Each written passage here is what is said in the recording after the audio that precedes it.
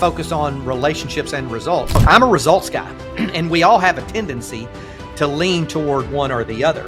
If you're going to be able to achieve greatness and make a profound impact, you have to have other people around you. Those are the most important, impactful relationships that you're ever going to have. I can't magically help you find your purpose. That's going to be between you and God, and a lot of prayer and meditation and feedback from friends. Hey everybody, it's Red Taylor here, and I've got a big old favor to ask of you. If you would, go down and subscribe to the YouTube channel, and also please share this episode with someone that you care about. Man, that would mean the absolute world to me. You never know, it could mean the world to them as well. So thanks a million, and please enjoy the show. Hey guys, Red Taylor here with the Red Hot Read Show, and I'm really excited to bring today's guest to you. And once you listen to this list of accolades, if you're not impressed, you're probably going to be still asleep. So we're really fortunate to have him with us today. Dr. Jeff Standridge has been an international speaker, a consultant for numerous companies, institutions, and organizations across 5 different continents. He's also a best-selling author of 3 books. He is a retired United States Army and Arkansas Army National Guard, where he was recognized in the year 2000 as Soldier of the Year by the 87th Troop Command. He is co-founder and managing partner of Cadron Capital Partners and teaches in the College of Business at the University of Central Arkansas. Formerly a vice president of Axiom Corporation, he's led, established, and startup business units in North and South America, Europe, Asia, and the Middle East. Jeff serves as managing director for Conductor, as well as for Innovation Junkie. And he and his wife, Lori, have 2 grown daughters, and they make their home in Conway, Arkansas. And I have absolutely no idea how he has time out of his busy schedule to visit with us here today on the Red Hot Read. But man, I'm grateful to have him. Ladies and gentlemen, our guest today, Dr. Jeff Standridge. Welcome, Jeff. Thank you so much, Red. It is an honor and a pleasure to be here. And I guess I need to update my bio. I've got 2 grandbabies now. So. Oh, I hear you. Okay. Good stuff. So, how old are they? 4 weeks, and the second one, the first one's 22 months old. Okay, good stuff. That's a lot of fun, huh? Yeah. So yeah, it is. It really is. Yeah. No, I mean, being a granddaddy's, it's the best. I mean, of course, I'm not a peepaw. I'm not a granddaddy. I'm not a papaw. I'm a JJ. So a JJ. Okay. I like it.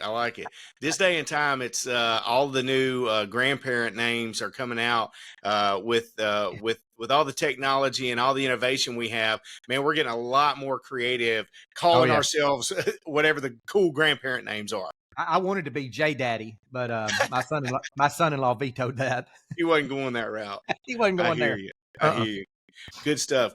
Well, man, listen, I wanted to get right into it. And, looking at your bio and list of accomplishments in life right off the bat, why don't we just go ahead and just give the secret away out of the bed. How does our audience become wildly successful, rich, millionaires, happy marriage? What do they got to do, Jeff? Pray a lot. Pray a lot. So, yeah. Pray a lot, work hard, and hope to get lucky. That's right. That's a little bit all of that. That's exactly right. So. Yeah. Good stuff. Well, where do we start? I know that you've written a few books, and it seems like your focus is business, it's leadership, it's innovation. Kind of walk us into, what your area of specialty is and your interest. Sure. So I kind of got to start back at the beginning, right? So I grew up in Southwest Arkansas, town of about 1,200 people, 28 people in my graduating class, so real small. Everybody knew everybody else. Went off to college and crammed a 4-year degree into almost 6 years because I had to work hard at it. But spent about 12 years in the healthcare field. Was a paramedic and a respiratory therapist on the helicopter team at Arkansas Children's Hospital. And then started studying success. I was a professor at the University of Arkansas for medical sciences for 6 of those 9 years, and was studying. I wanted to learn what made people successful, and so I started researching it literally academically, and because of that research, decided to get a doctorate in leadership. Wow. I was studying the differences between top performers and average performers. And I learned that it has nothing to do with academic background, academic credentials, letters after one's name, licenses, or anything else like that. It has to do with the way people behave, quite frankly. And that we all have a tendency toward one kind of side of the spectrum or the other. And, what I found was that success really boils down to the degree to which someone balances their ability to deliver and maintain results with their ability to create and maintain long-lasting relationships. Okay. And if they focus on one at the expense of the other, they ultimately will lose them both. If I focus on results at the expense of relationships, I will experience wild success very quickly until I alienate everyone around me who's responsible for helping me maintain those results, and then I lose them both. But by the same token, if I focus on relationships at the expense of results, people will love me. They'll love being around me until they lose respect for me because I can't back it up by delivering results, and I lose them both. And so you talk about, I said, pray a lot, get lucky, those kinds of things, but it's really the degree to which someone balances results and relationships. Wow. Yeah. So simple, but yet so complicated. So basically, success boils down to the focus on results and relationships. And those who are the most successful, the most impactful, are able to compound each at the same time. Whereas if I'm a guy that all I care about is accomplishments, money, accolades, climbing the ladder, what have you, at the expense of my relationships, and I'm going to get to the top and I'm going to have all this stuff, right? All this That's crap. right. But I'm going to be empty inside because I have no one that loves me, that I love, that I truly care about, there to share it with me. And conversely, I'll stop. Well, You're the expert. yeah, Go ahead. and I was going to say, and yes, theoretically, if you're able to make it to the top, but it's questionable whether you can even make it to the top because those relationships. I mean, no man's an island. No man can do it on his own, right? No woman, no individual. It takes relationships to actually get to the top. Zig Ziglar wrote a book in 74 called what was it called? See You at the Top. That was what it was called. And he spent 20 years, and he articulated what it means to be at the top. And he spent 20 years traveling the speaking circuit, talking about getting to the top and what it means to get to the top. And in 1994, he published a kind of a sequel to that called Over the Top. And he said those 20 years of being on the bestseller list, traveling the world, speaking on getting to the top, he realized that someone could actually go over the top. And the way one does that is by helping as many people get to the top as possible. Yes, yes. And ladies and gentlemen, I want you to stop. I just want to stop and put a pin in that right there. If you've never heard of Zig Ziglar, you've never listened to any of his material, watched his YouTubes, read his book, go and make there you go, Over the Top, Zig Ziglar. He was doing personal development, he was doing self-help, he was doing growth training before anybody ever did. And in my opinion, he is the standard in this sphere. Okay. Yeah. If you're interested at all about learning how to become the best version of yourself, about how to make an impactful, fulfilled, transformative difference in the world, go and study Zig Ziglar, because For sure. First and foremost, he's a spiritual man. He's a Christian. He's a believer in Christ. His work ethic well into his late 70s was unparalleled. The guy would go anywhere and speak to anyone, and his message and his voice and his charisma are absolutely over the top, just like you said, Jeff. Hey everybody, Red Taylor here, and I wanted to remind you that if at any time you're interested in shopping your health insurance or life insurance rates, my team of experts work for my viewers for free. So reach out to us, click the link in the description at redtailorinsurance.com, and we'll go to work. We'll see if we can save you a ton of money and upgrade your benefits. If we can't, we're going to tell you, hey, stay right where you are. What you have is working, and we're happy for you. If things ever change, let us know. So reach out. We're happy to help. Enjoy the show. That's right. And so let's go on the other side of that. Instead of, looking at all the accolades, looking at all the accomplishments, all this stuff, let's look at relationships. What Mhm. does that mean when you talk about the success in relationships? Explain that to me, please. Well, so whether I'm a leader or I am an individual contributor, when I use the word leader, I mean formal leadership responsibilities for a group of people. Whether I'm a leader or I am an individual contributor, I can't achieve what needs to be achieved for my business, for my organization, for my team on my own. Right. Life is a team sport. It literally is a team sport. Just like a husband or a wife, a mom or a dad can't achieve the proper raising of children without the other one involved, right? It Mm. takes two or more people to tango. And so, like I said, if I don't have a keen focus on both results and relationships, and don't get me wrong, I'm a results guy, and we all have a tendency to lean toward one or the other. But hopefully, we develop the wisdom to recognize that we need to create mechanisms around us, crutches, if you call them that, surround ourselves. If we're a results person, we surround ourselves with people whom we give permission to give us feedback and to Hmm. keep us accountable in that regard. If we're relationship oriented, we surround ourselves with some people and some processes to hopefully give us the disciplines and the mechanisms to produce results consistently. So it really takes both and. Yeah, absolutely. There's so many different ways to do it. I'm a big believer that we can't do anything great by ourselves. Okay, if you're going to achieve high levels of success, if you're going to be able to achieve greatness and make a profound impact, you have to have other people around That's you. right. And Yep. in order to have other people around you, you have to create meaningful relationships. Now, there's a lot of different ways to do that. You look at somebody at the top, who's basically at the top of the sphere right now, like an Elon Musk. Okay. This guy is a furniture breaker. He's a furniture thrower. Okay. If you don't do it his way right now, right away, and it's not at the absolute highest level of performance, you're gone. Okay. He'll throw you out with the sink, just like he did when he bought Twitter. Mhm. 80% of the workforce within 3 days were gone. See ya. Bye. They were Mhm. toting the bathroom sink and the kitchen sink out of the office buildings there.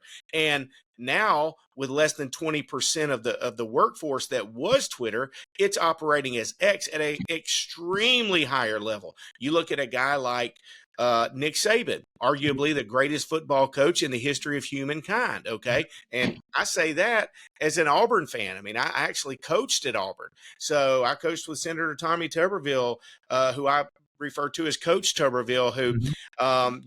you know him really well, being from Arkansas. Yep. Coach Tubbs Yep. is an Arkansas guy, and Yep. actually his father, the great story with his father is at the age of 16, he lied on his application and enlisted in the Army, went over to Normandy and took Omaha Beach over Mhm. there Mhm. in a tanker.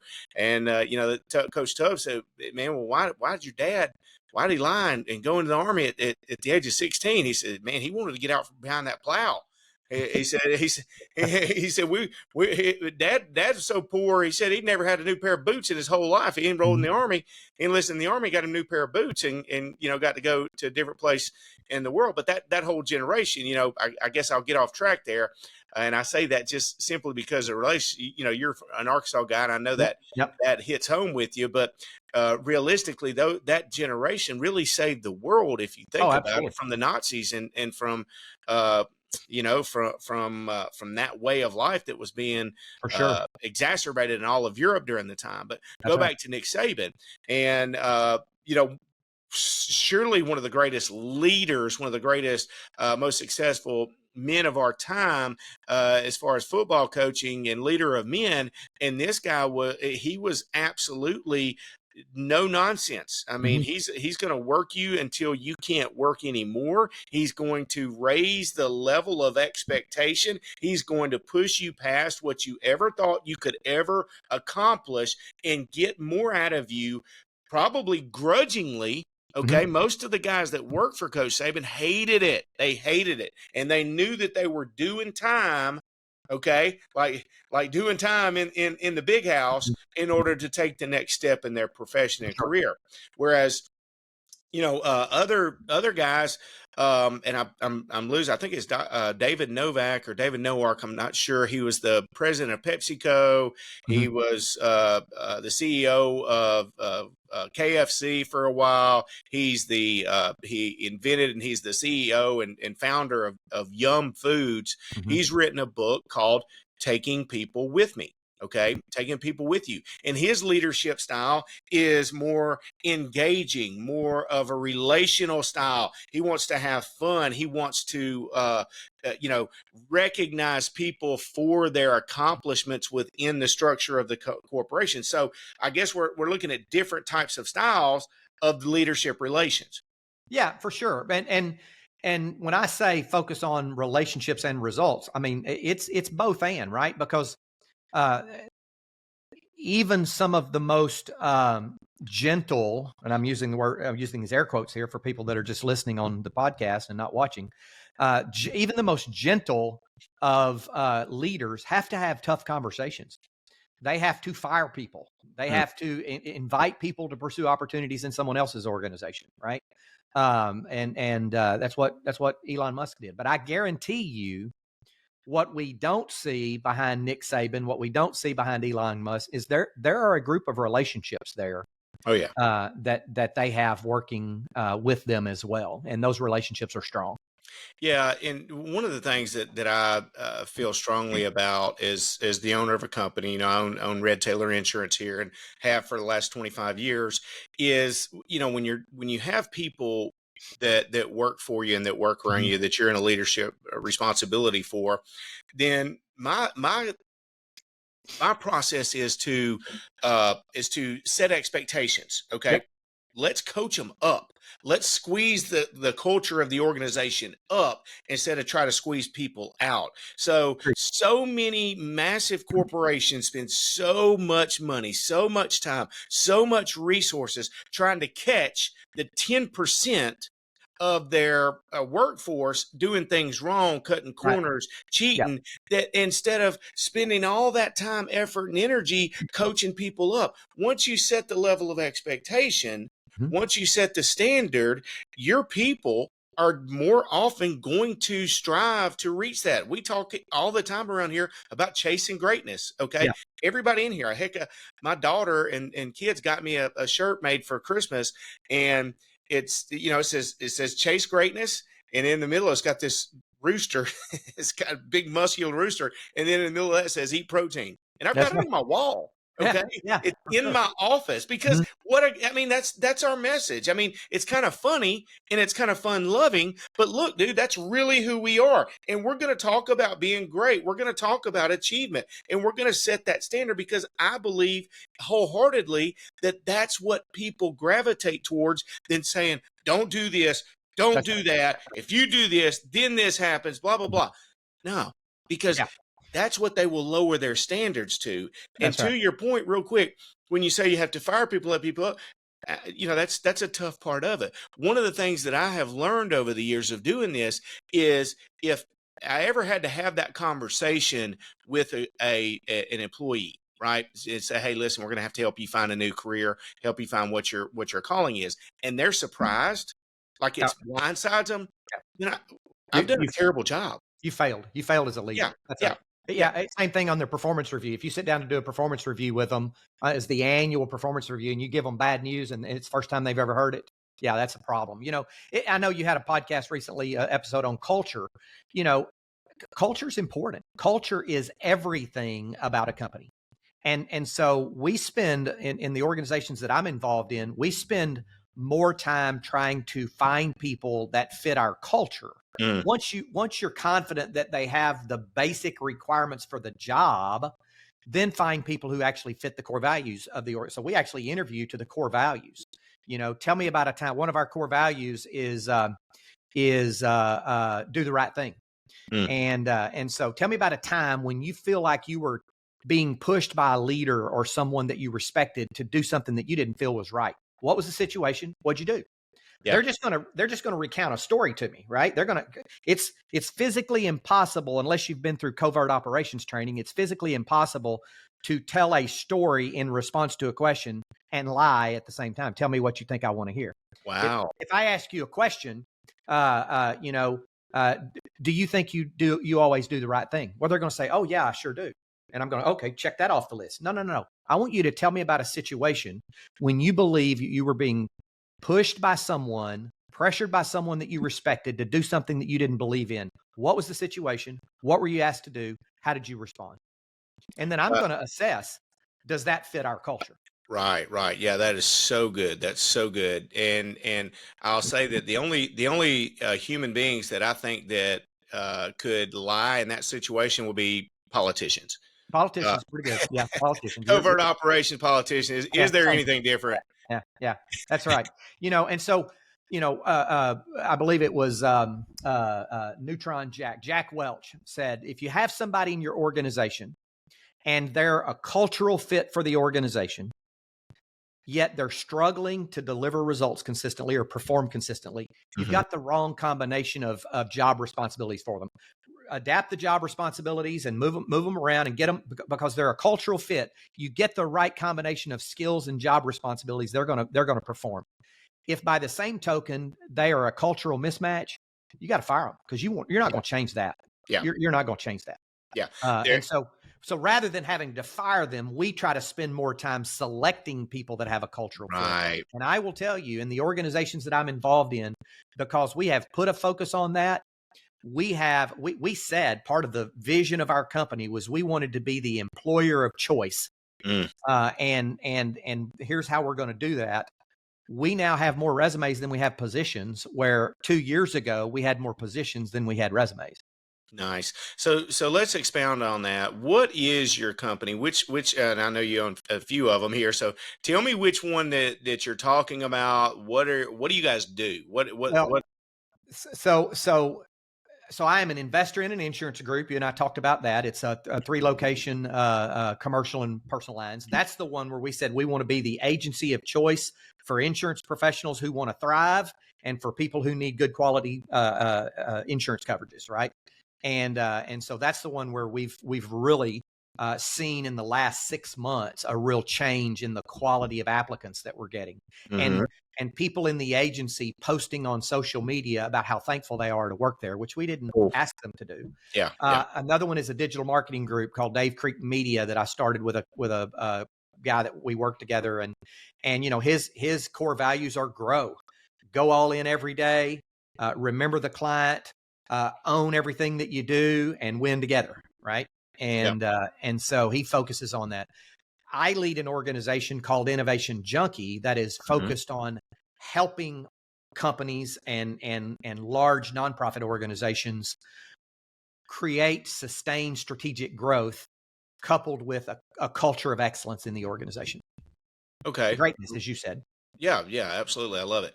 And you do all this are you still teaching at the college? Yeah, I do. I just teach one class a semester. I teach entrepreneurial finance in the fall. So it's one class Tuesday, Thursday mornings at 8:00 for one semester a year. And so that's just as an adjunct.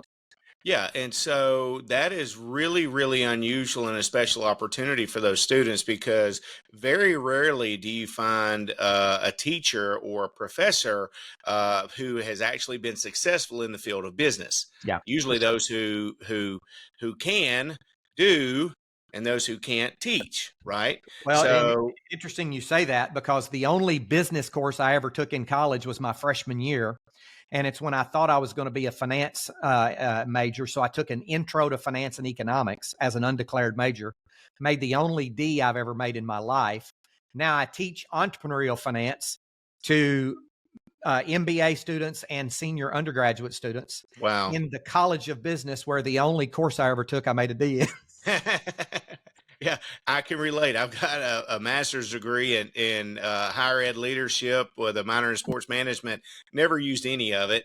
Yeah. And I think I made a D in econ because I couldn't understand the guy teaching. He was Asian. I couldn't understand what he said. Yeah.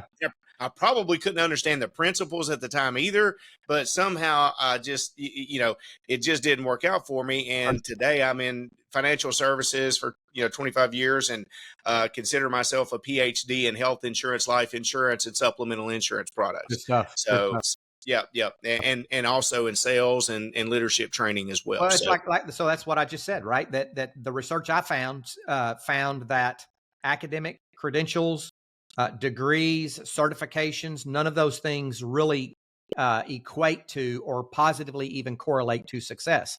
It's about consistent behavior.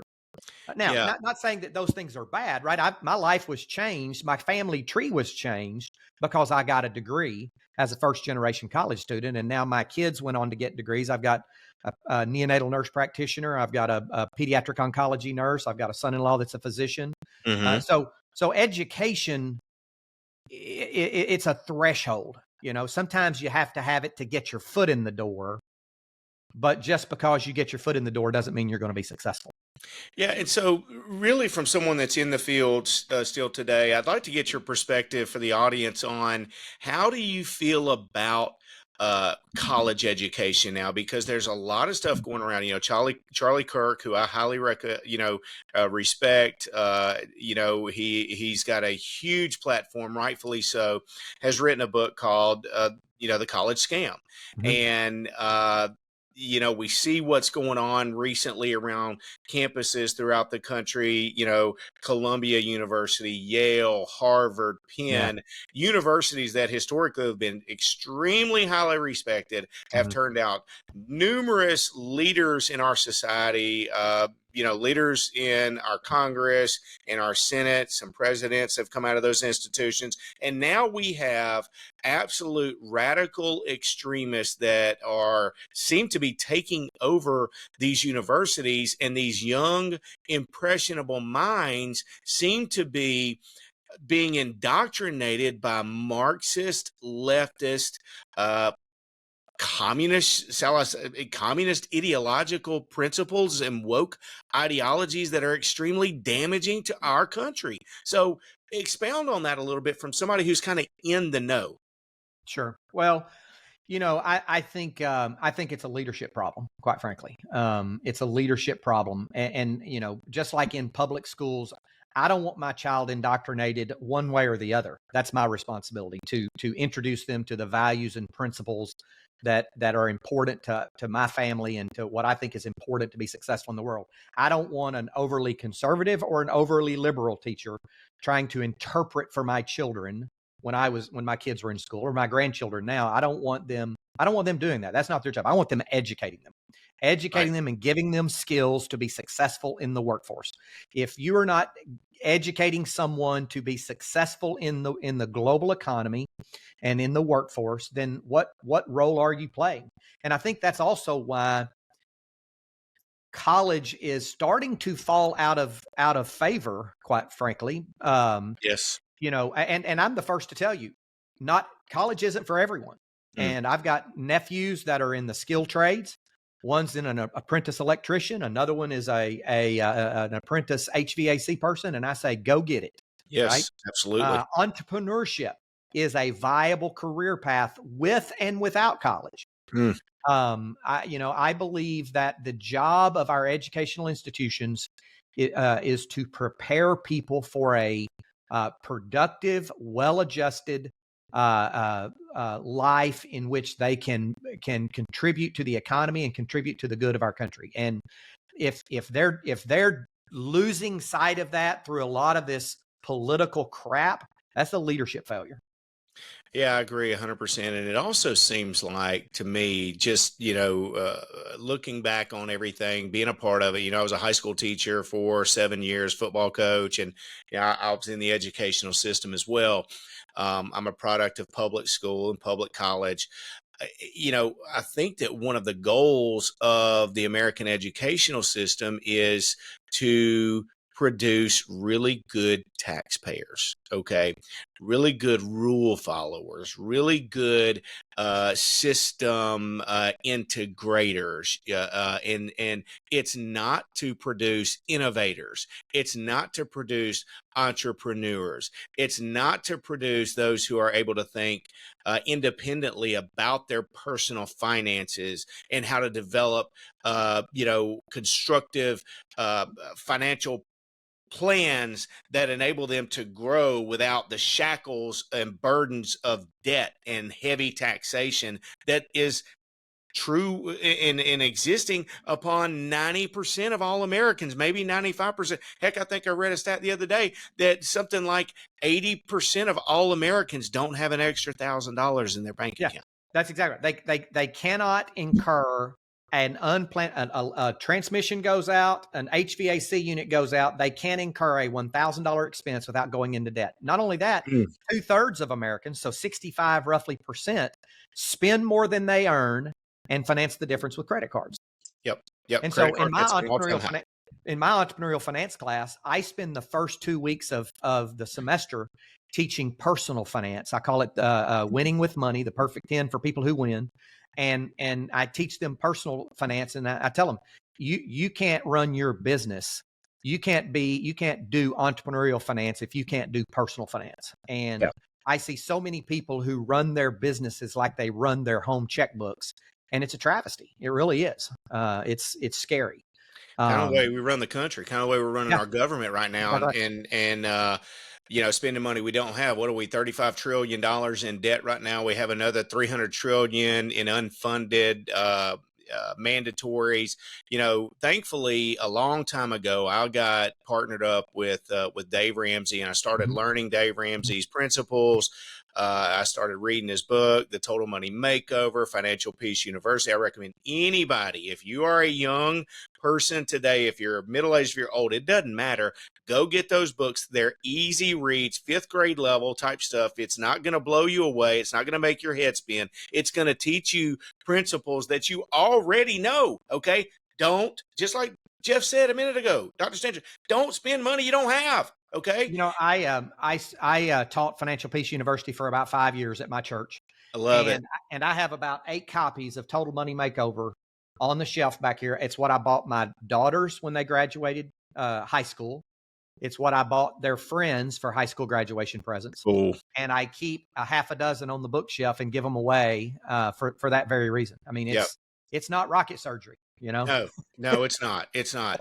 And so in doing that, thankfully, I have ran a debt-free business for, the past, for my entire career. I mean, if I can't write a check for it, we ain't buying it, Right. And thankfully it's served me really, really well. Some people may say, well, Red, that's, put you in a situation where you're not able to scale. Well, I'm not so sure that I agree with that. And I'm not so sure that scaling in the new age is the best way to scale. A lot of times, when I talk to business owners, they go out and they get, boom, so big, and they scale. And a year and a half, 2 years later, they get their money intact and they realize, oh crap, I'm $500,000 in debt. And I've just been running money all over the place, robbing Peter to pay Paul, that I didn't realize where I was. And, that happens an awful lot. I'm sure that you see that because you know what? From kindergarten to the 12th grade to college, nobody taught you how money works. Nobody. Yeah. And it's interesting. Yep. So we moved to the UK in 2003. My kids were 9 and 11, and it was an 18-month assignment. And we knew that we were going to be getting in a car or getting on a train and going somewhere every weekend. And so I told my wife, if we come home broke, but our kids have seen things they would have never seen, then we would be successful, right? Yeah. So we created what we called the Standridge economy. 9 and 11, we broke down all the household chores into $1 or £1 increments. Empty the dishwasher, £1. Load the dishwasher, £1. Help your mom prepare dinner, £1. Clean your bathroom, £3. But we also and they had to keep track. And they had to submit an invoice on Sunday night, which was payday. Love it. Right. And then we had penalties, right? Fines. So look, you've got an alarm clock. If I have to wake you up, it's £3 wake up call. Ooh. If you forget your homework and we got to turn around and go back to get your homework, it's a £5 taxi charge. If I have to to settle a dispute between you and your sister, it's a 5-pound babysitting charge, payable in the moment, right? You get paid once a week, but you pay your fines when they're incurred. Dude. And it was transformational, Yeah. and when we would go out, and the kids would want an ice cream, I'd say, well, you got some money, go buy you some ice cream. Right. When my older daughter turned 15, I said, look, honey, we're not going to buy you a new car, and we're not going to buy you a car on your 16th birthday. So here are the parameters. It can't cost more than $10,000. It can't have more than 85,000 miles on it, and it can't be more than 8 years old. You go find what you want. When you find it, I will sniff test it and drive it, and we'll buy it for you. So she bought a 2006, I think, Hyundai Santa Fe, right? $8,500. So we bought the car. She's 6 months into to her 15th year. Mm-hmm. And we go to the bank and open her a checking account. And I say, you now are responsible for all of the home grocery and household items buying. Here's what we spend per month right now. Wow. I'm splitting it in two, and I'm putting half of it in your account on one Friday and half of it on your account the other every other Friday, right? So you're going to get, instead of 24 paychecks a year, you would get 26. So that's part of your spending money. Right. The other part of your spending money is how much you save.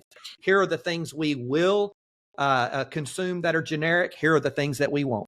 Mm-hmm. And transformational. She graduated college with money in the bank and no student loans. That's unbelievable. Same thing with my younger daughter, right? When she went off to college, or when my older daughter went off to college, I transitioned those responsibilities.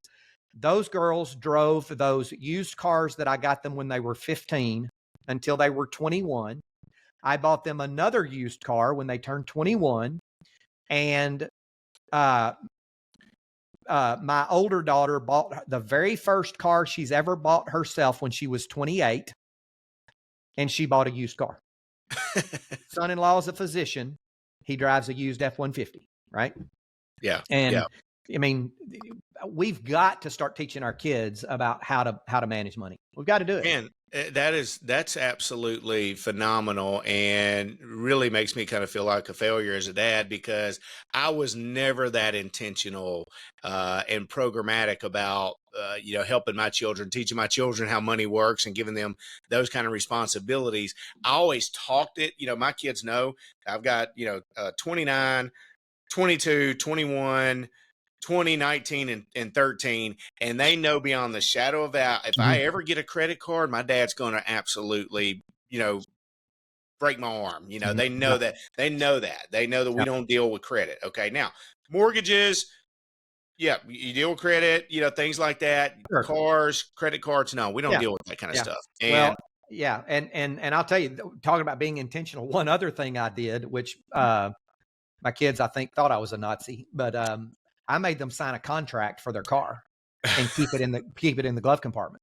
And it said, here are the rules, right? You won't get in the vehicle without your seatbelts on, nor will you take passengers that aren't buckled in. Nobody will drive your car without my permission. You'll never get in the vehicle under the influence of anything. You'll never leave the city limits without my permission.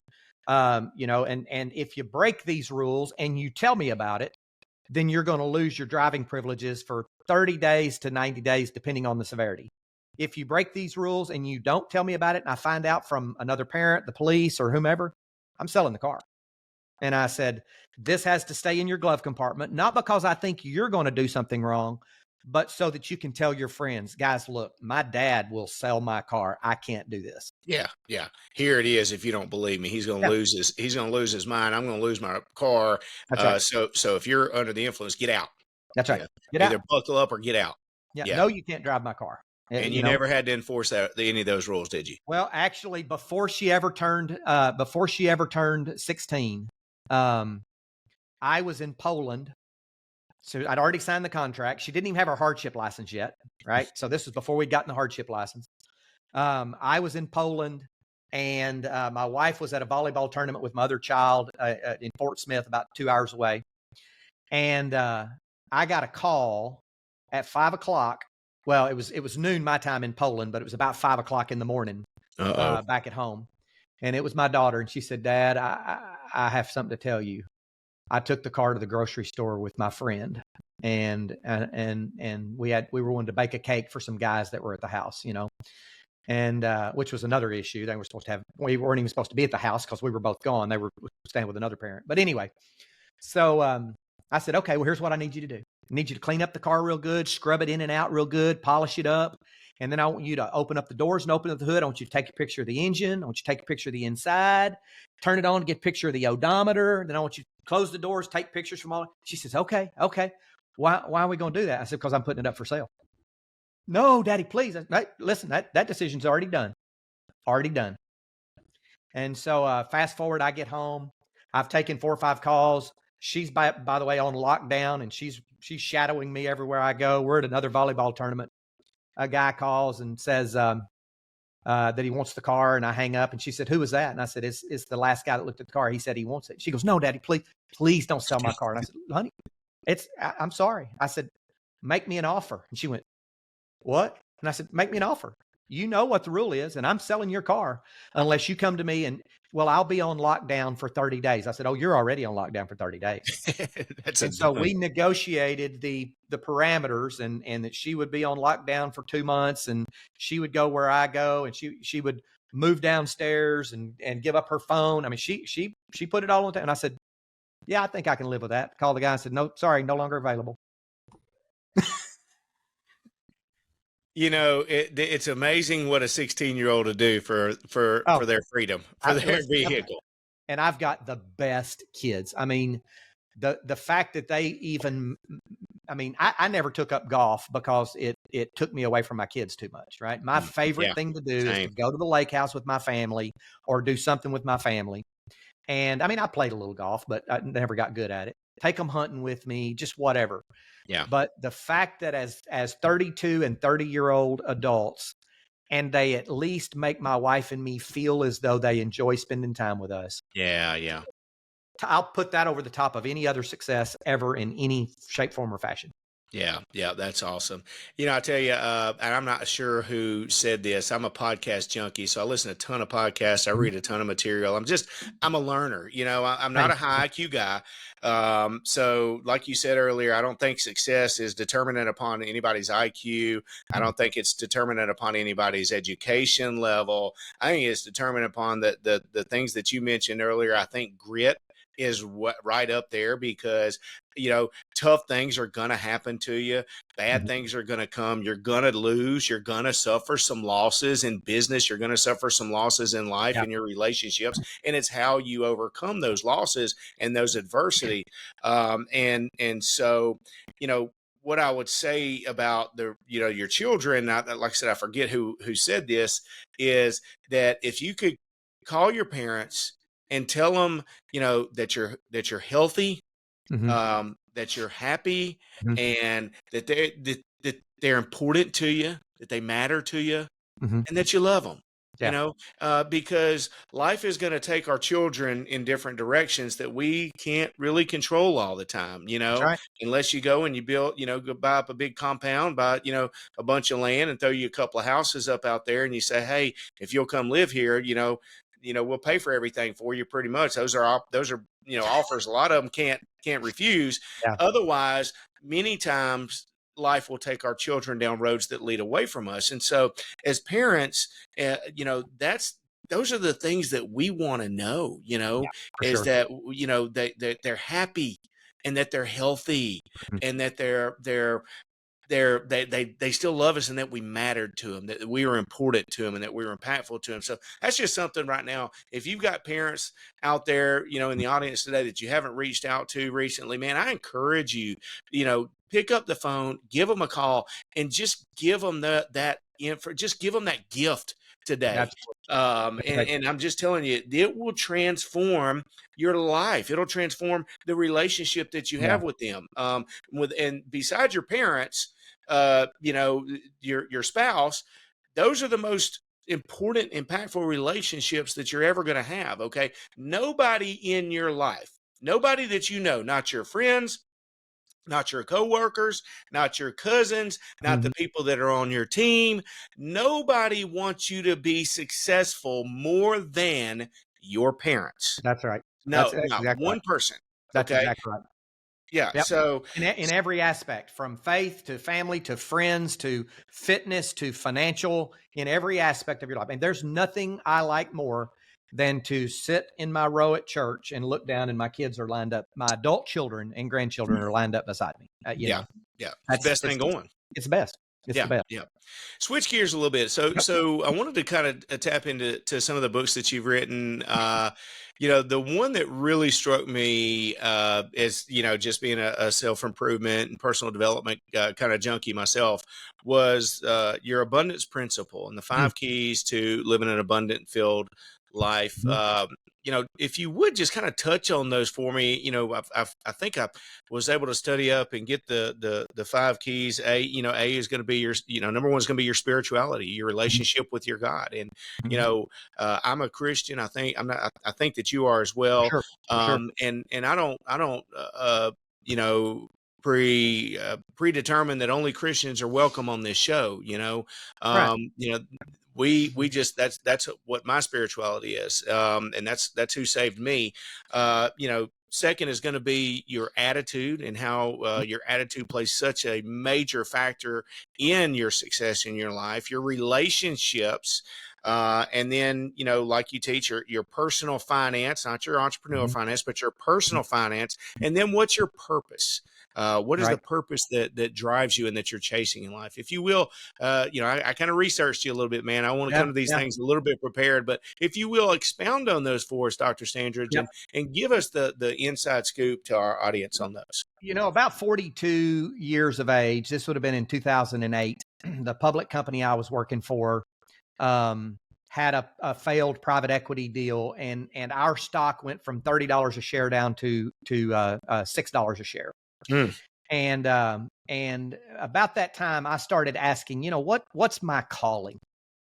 I'm pretty sure God didn't call me to sell data to marketers trying to better target their consumers, but which is what my vocation was, right? Mm-hmm. That's how I earned my living. I had about 500 people in the organization on multiple continents around the world. And so I kind of started this journey to just ask myself, what's my calling? What am I particularly gifted to be and do? And I was pretty sure that it wasn't my vocation. My father-in-law was a Methodist pastor for 51 years. He went and earned his living by fulfilling his calling. My wife is a pediatric nurse practitioner. She did the same thing. My daughters are nurses.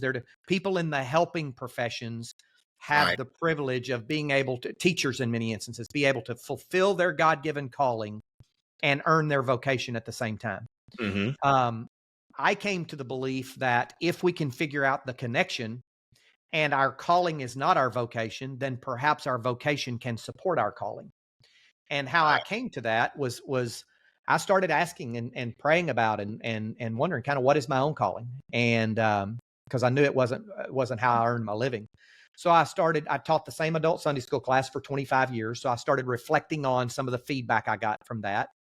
I would speak on leadership here at the chamber and around the state, and I would reflect on the leadership I got from that, my early days as a college professor. And then I looked at where I was spending my time at work. And at the end of the day, when I walked away joyful, when I walked away energized, what kinds of things was I doing? And I was coaching people. I was helping people with personal finance questions, with parenting questions, with solving work problems. And it really came down to this lady who's a friend of my wife's and mine. She and her husband they were in our Sunday school class, and she said, "Jeff, you're a revealer." And I said, "Well, I don't understand what that means." It kind of made me nervous. And she said, she said, "It doesn't matter if I'm in Sunday school or I'm in a Bible study or I'm listening to you speak on leadership, or if Mark and I are out with you and Lori for dinner.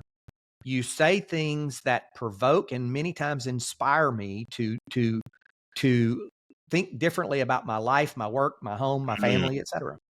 And so after a lot of really kind of exploring that over a year or so, I came to the belief that my God-given calling was to create new insights that inspire people to better ways of living and working.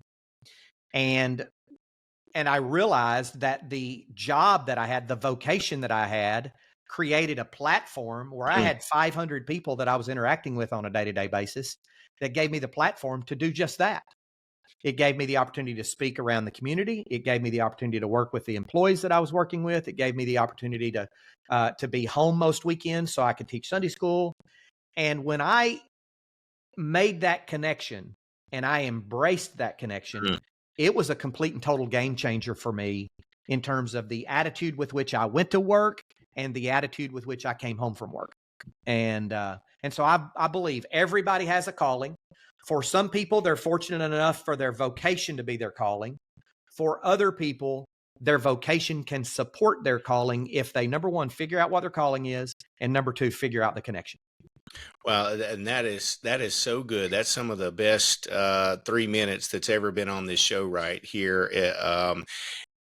So that's just really good. So let me ask you this: how do you go about figuring out what your calling is? Because so many people, how many people do you know that are just going through the motions, that are on the wheel, that get up in the morning at 6 o'clock, they go into the shower, they get themselves awake, they get themselves ready, they go get a cup of coffee, they kiss their wife and kids goodbye, they go jump in traffic for 45 minutes to an hour and a half if you're here in Atlanta, go to work, get off at 5 o'clock, busted back home, 45 minutes to an hour and a half at home, dinner by 8 o'clock, 8:30. You hope that you're able to sit down and mindlessly watch TV, decompress, 10:30, 11 o'clock, you're back into bed, and then you do it all over again. And all you're living for is Saturday and Sunday.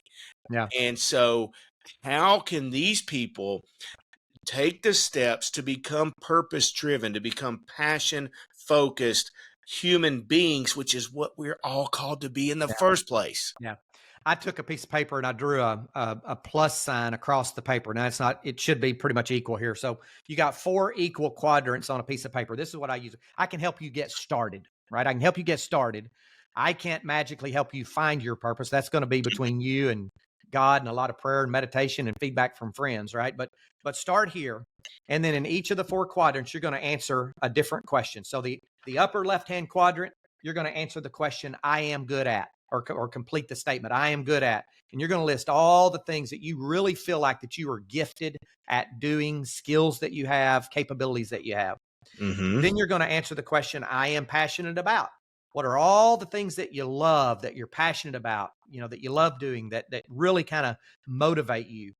Then over here on the bottom left hand, you're going to do deep in my heart, I really feel I should be involved in maybe these kinds of things, right? And then over here, the last quadrant, lower right-hand quadrant, is if I only had 5 years left to live, I would absolutely do this. Wow. So now you've got the page all filled out.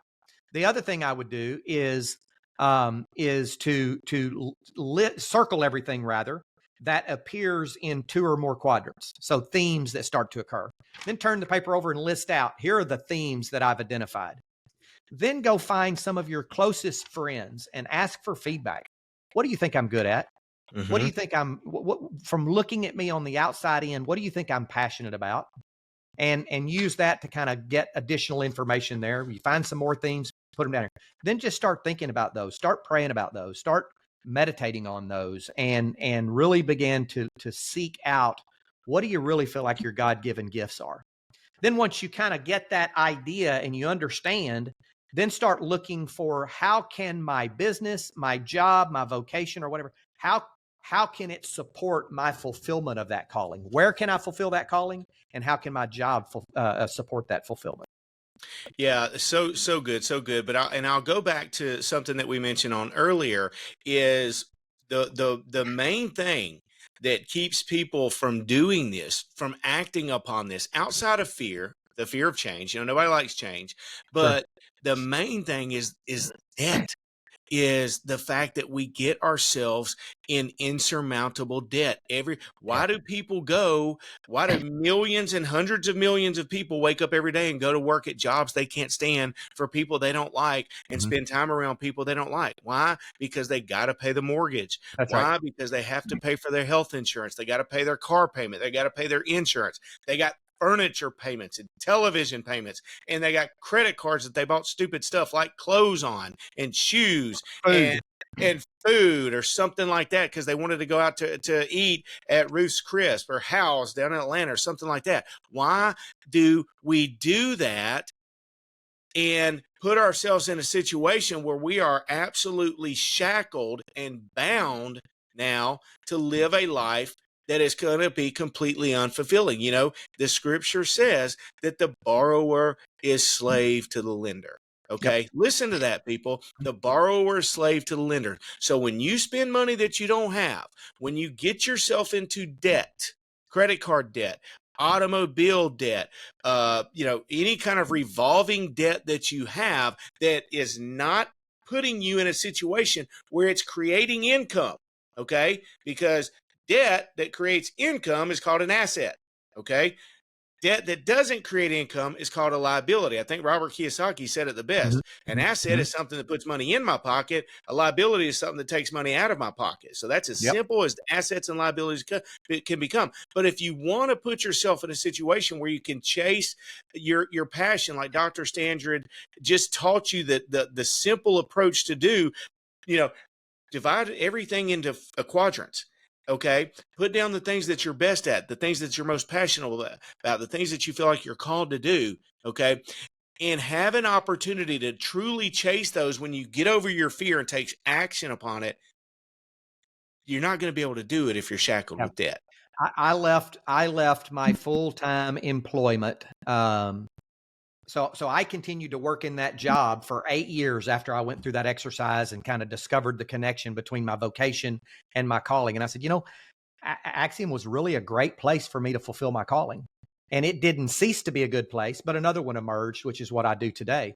Yeah. But I walked out of that company, senior executive position, pretty lucrative job, on my 50th birthday, literally on my 50th birthday, because I had no debt, because my kids' college was paid for. Because I wanted to go out on my own, and I found a better platform to fulfill my calling, but I wasn't shackled to it. I said I'd spent the first half of my life making a living. I wanted to spend the second half making a difference. Yeah. And, right. And I've been out 8 years now and couldn't be better. Yeah. That's good stuff. Good stuff. So, that we've covered so much, and I feel like we could continue to go down this road and have this conversation. We're coming on our time limit today. And I always like to ask experts like yourself at the very end of our conversation, a really tough question, because I think it's so, it's important for those who listen, for those in the audience, to be able to get this information. And it's going to speak to the youth, to the generation that's coming up. If you had to give, just one piece of advice or one track record on how to go out and to attain that abundance life, how to attain the abundance principles that you've detailed in your book and become successful in whatever endeavor. And listen, guys, we know that success is not an end to be reached. Okay. You don't wake up one day and say, hey, I'm successful, here I am. No. It doesn't work that way. The road to success is always under construction. Okay. And so what we're here to do in this show, and we want to create so much value, is to give you guys the roadmap on how to be successful. Dr. Stephen Covey said it the greatest that I've ever heard. He said, if you want to be successful in life, if you want to live an impactful and abundance-filled, principle-centered life, begin with the end in mind. Just like when you got into your car and you took that trip to a destination, to a city, to a town, to a location that you didn't know, you'd never been in before. What'd you do? You picked up your phone and you put the address into Waze. What did that enable you to do? Go straight there. You took the most direct path. You didn't take wrong turns. You didn't hit road stops. Okay. You didn't hit roadblocks. And so if we begin with the end in mind, now we have an opportunity to take the most direct path to what our abundance, most successful, impactful life is. And how would you, Dr. Standridge, advise our audience to do that? So I think you've hit the nail on the head with the beginning with the end in mind. And I do the same thing for individuals as I do for businesses, right? Is create a vision that's 3, 4, 5 years down the road. Work on 3 to 5 year increments, because let's be clear, 10 years down the road is way too far to even try to think about what I got to do now. So, Yep. so I say 3 to 5 years. Write a vision for what your ideal life looks like in 5 years. Faith, family, fitness, financial, friends. You know, I like those F's, right? Yeah. But you can just decide. I'm living in. I'm driving. I have. You know, this is what my financial situation looks like. This is how I spend my time. These are what my hobbies are. Define and architect that desired life for 5 years out, and say, okay, what things must happen? What targets must I accomplish in the next 5 years for that life to come to reality? And then what do I have to do in the next 12 months to get 20% of the way there? And so you reverse engineer. Yeah. So this is where I'm going. Now, how do I get there in stair-stepped increments back? And then once I get through the first 12 months, let's do a revalidation. Is that desired state, is that ideal life still the same, or do I need to refine it some? Okay, are those 5 to 7 things that I need to accomplish to get there? Do those need to be refined? Okay, now what's the next 12 months of action steps that I need to take in order to get the next 20% of the way there? And then at the end of the year, refine, revalidate, create new 12-month increments. That's what I have businesses do with our strategic growth system. It works for companies, it works for nonprofits, it works for churches, and it works for individuals. Love it. So good. So good. Jeff, if people want to find you, if they want to learn more about you and find your books, where can they learn more about Dr. Jeff Standridge? So I'm very active on LinkedIn. So reach out to me on LinkedIn, Jeff S at innovationjunkie.com. I also have jeffstandridge.com, so they can visit me there, and plug my name into Amazon. They'll find all the books.